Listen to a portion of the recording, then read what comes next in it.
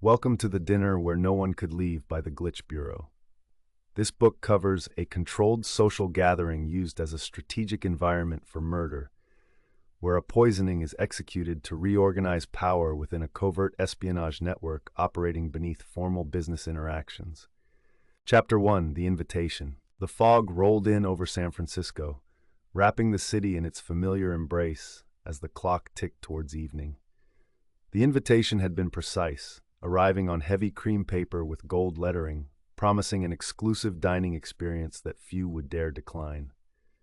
As the guests began to arrive at the private room of an esteemed establishment, the atmosphere was charged with a blend of anticipation and secrecy. Dim lighting cast soft shadows across the elegantly set table, where each place setting was meticulously arranged. The guests, a collection of influential figures with ties to international intelligence and business networks, exchanged polite nods and guarded smiles.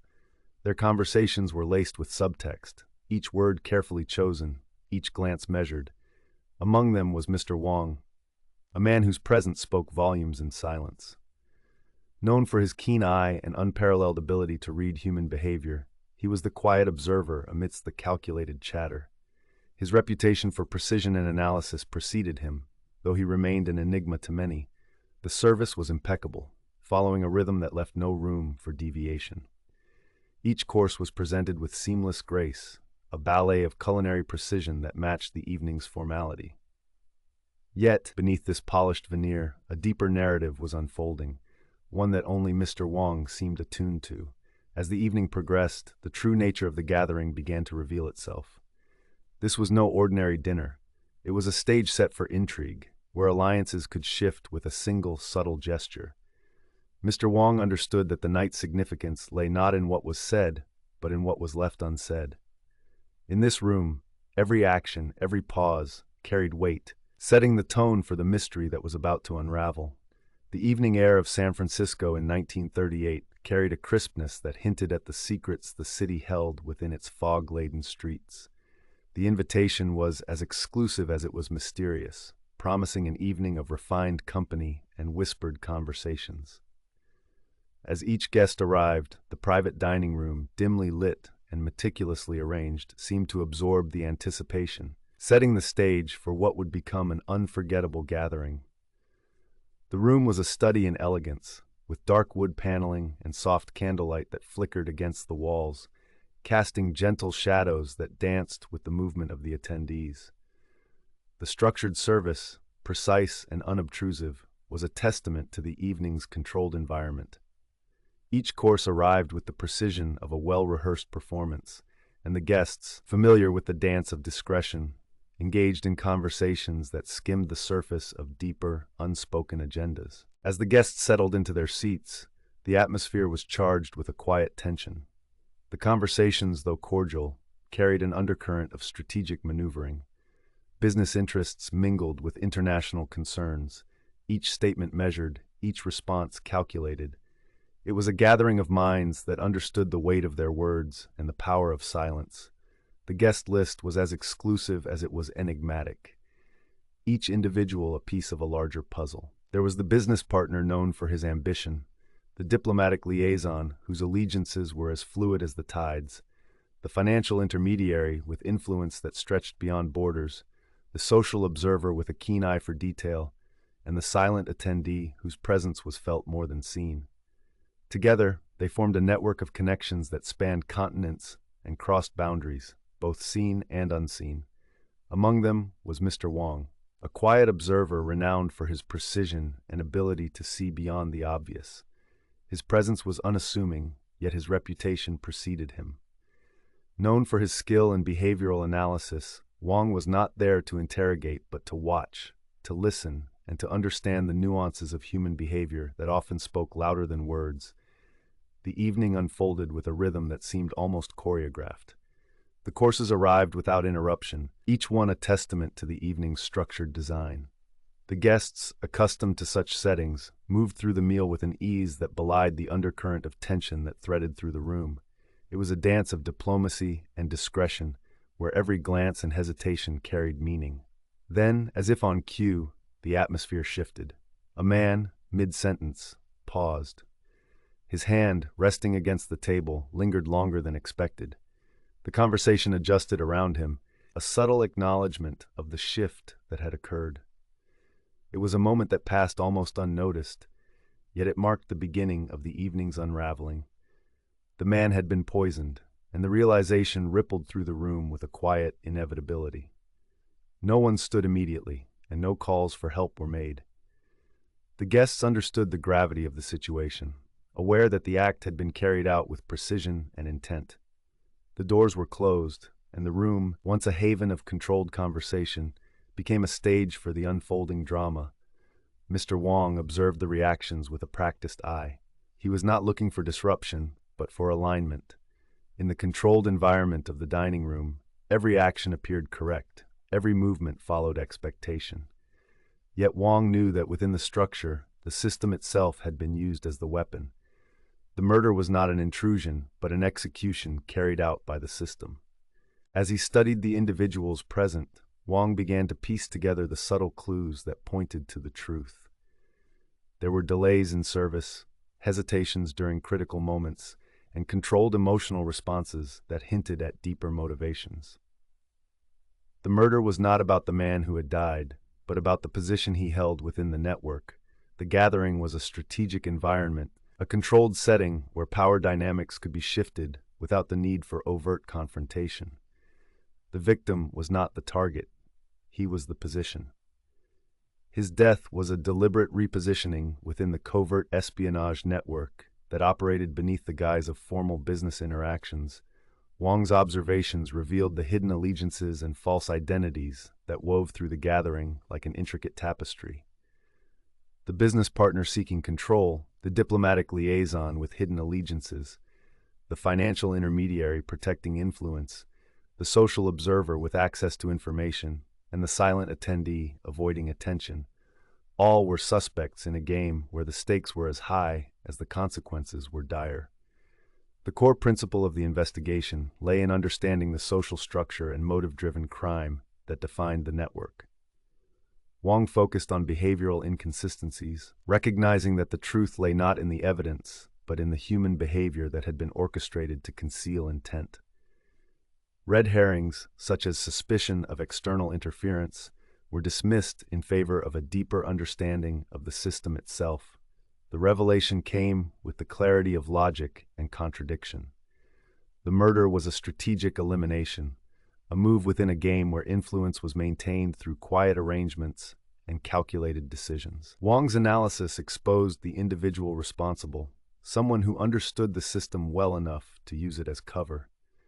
The culprit had executed the act with precision, knowing that the controlled environment would mask the danger and conceal the intent.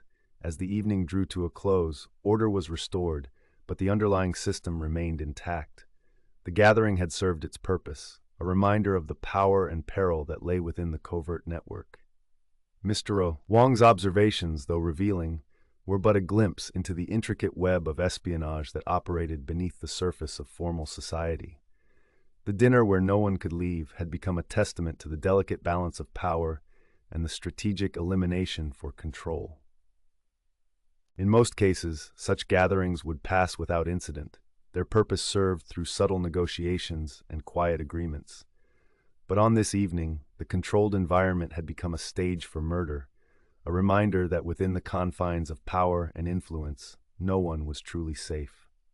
The system, though momentarily disrupted, continued to operate, its participants aware that in the world of espionage, every move was calculated and every action carried consequences.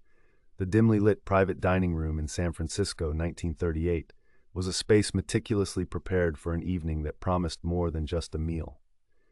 The air was thick with anticipation as the first of the exclusive guests began to arrive, each carrying an invitation marked by urgency and exclusivity. This was no ordinary gathering. It was a carefully orchestrated assembly of individuals bound by invisible threads of international intrigue and business acumen. As the guests entered, their presence seemed to shift the atmosphere, each bringing with them a unique blend of influence and enigma. The first to arrive was the business partner, a man whose suave demeanor and confident stride spoke volumes. His reputation for control and ambition was well known, and his ties to international trade routes made him a pivotal figure.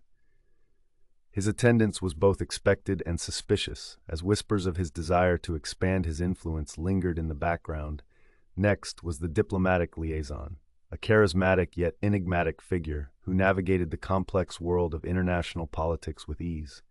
Known for his ability to bridge nations, his allegiances were a subject of speculation.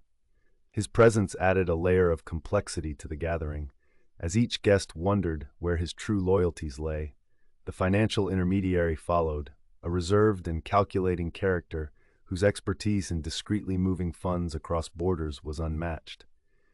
His quiet demeanor masked a keen understanding of the power dynamics at play, and his every move was calculated to maintain his influential position within the network.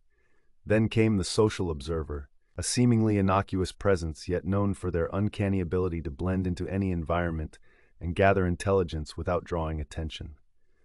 Their role in the network was ambiguous, adding an element of unpredictability to the evening. Their eyes moved subtly, capturing every nuance of the room. Finally, the silent attendee entered, an individual whose silence spoke volumes. Their presence was unsettling, as their motivations remained shrouded in mystery. Though their connections to the network were unclear, the mere fact of their invitation suggested a deeper involvement. As Mr. Wong watched the guests settle into their seats, his keen analytical skills were on full display. He noted the subtle interactions, the fleeting glances exchanged, and the unspoken tension that filled the room. Each guest was a piece of the puzzle, and Mr. Wong's observations were setting the stage for the intricate web of alliances and betrayals that awaited revelation. The room was a study in contrasts.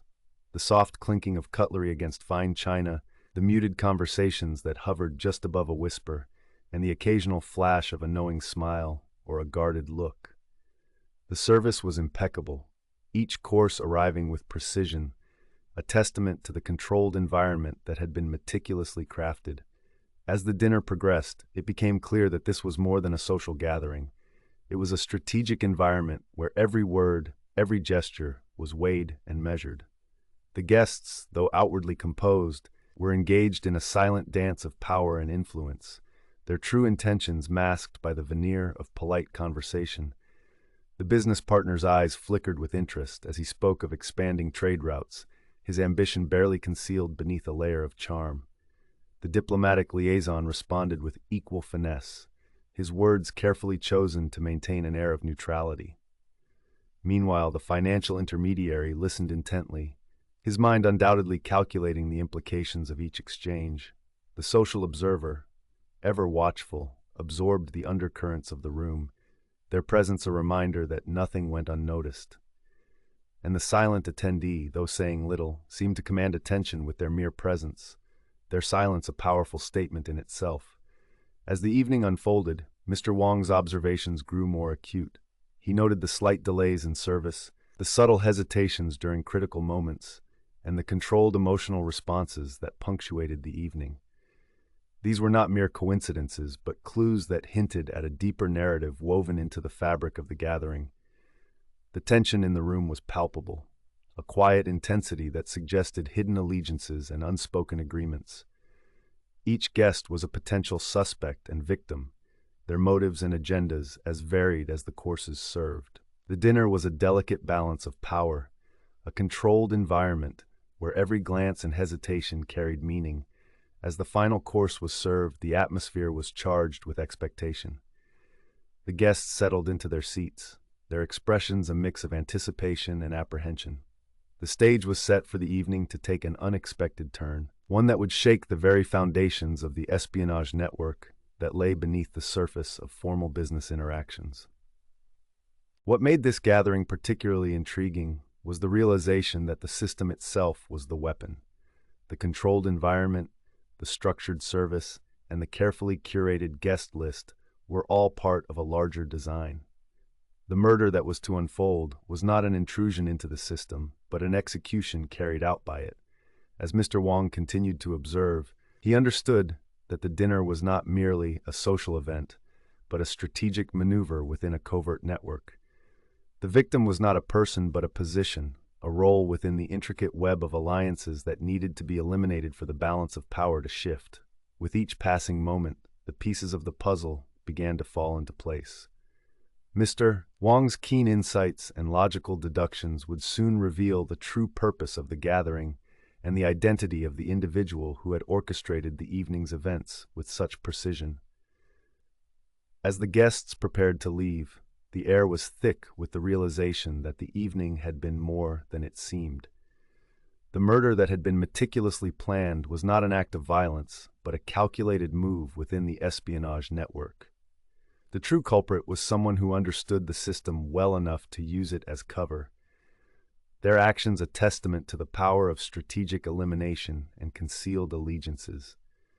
In the end, Mr. Wong's observations would uncover the hidden truths of the evening, revealing the intricate web of motives and intentions that lay beneath the surface.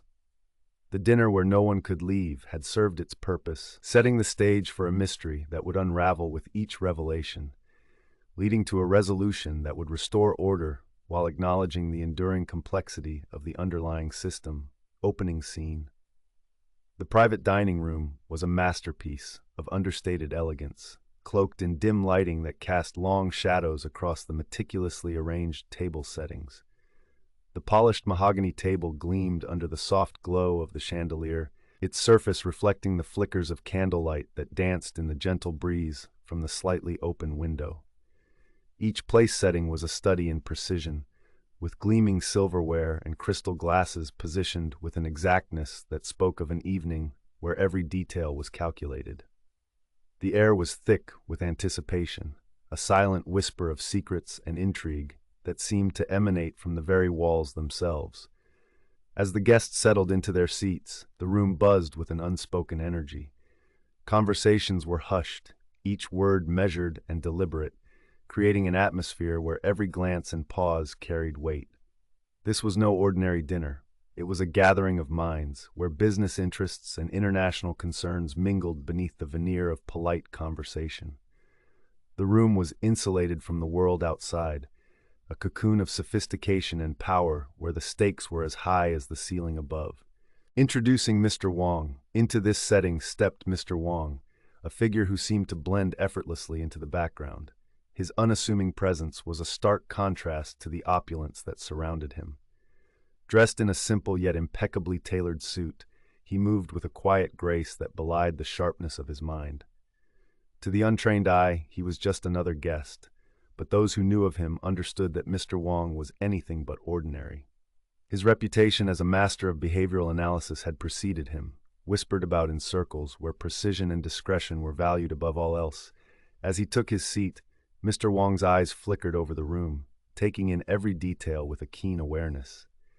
To the other guests, he appeared as a man content to observe rather than participate, his demeanor calm and composed. Yet beneath this exterior lay a mind constantly at work, analyzing the dynamics of the room with an intensity that was almost palpable. He was a man who saw more than most, his insights into human behavior making him a formidable presence in any gathering, establishing character. Through subtle interactions and an internal monologue that played out in his mind, Mr. Wong's analytical prowess became evident. He perceived the room not just as a static setting, but as a living organism, each guest contributing to its pulse. His thoughts moved swiftly, noting the way guests interacted, their choice of words, and the nuances of their body language. Every gesture, every inflection was a piece of a larger puzzle that he was determined to solve. In his mind, the room was a tapestry of human behavior, each thread interwoven with intent and purpose.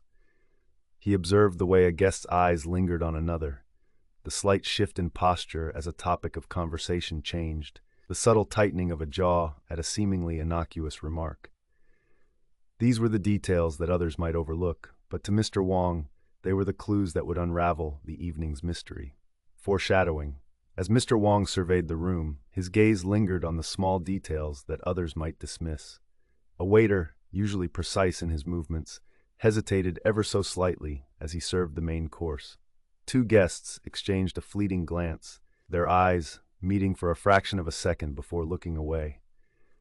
Another guest's hand trembled slightly as they lifted their glass, a tremor that spoke of nerves barely held in check. These observations, while seemingly insignificant, hinted at the underlying tension that threaded through the evening, a tension that promised chaos lurking just beneath the surface, building tension. The narrative wove a tapestry of Mr. Wong's awareness of the evening's importance.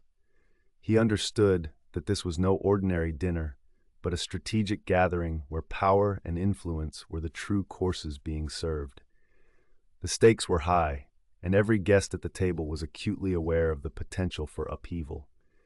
Mr. Wong's internal acknowledgement of the evening's significance added a layer of tension that set the reader on edge, preparing them for the unraveling of events that would soon follow. Seamless transition. As the dinner progressed, Mr. Wong settled into his role as the observer, his senses attuned to the nuances of the interactions around him. He watched as conversations ebbed and flowed, noting the shifts in tone and the subtle power plays that unfolded before him. The room was a theater, and each guest played their part with precision, their actions a carefully choreographed dance designed to maintain the status quo. The subchapter closed with Mr. Wong poised on the brink of discovery, his observations setting the stage for the next part of the story. The reader was left with a sense of anticipation, eager to see how Mr. Wong's insights would play a pivotal role in unraveling the mystery that lay at the heart of the evening's events. Emotional journey. Throughout the subchapter, the reader was drawn into Mr. Wong's world, experiencing the dinner through his eyes. There was a sense of calm before the storm, an understanding that beneath the surface of this elegant gathering lay a dangerous game. This emotional journey was essential, creating a connection between Mr. Wong and the reader, who was eager to see how his observations would impact the unfolding events. The evening's events were a masterclass in tension and intrigue, with Mr. Wong at the center of it all. His role as the observer was not just to watch, but to understand, to see beyond the surface and into the heart of the matter. As the dinner unfolded, the reader was left with the knowledge that Mr. Wong's insights would be crucial in unraveling the mystery that lay at the heart of the evening's events.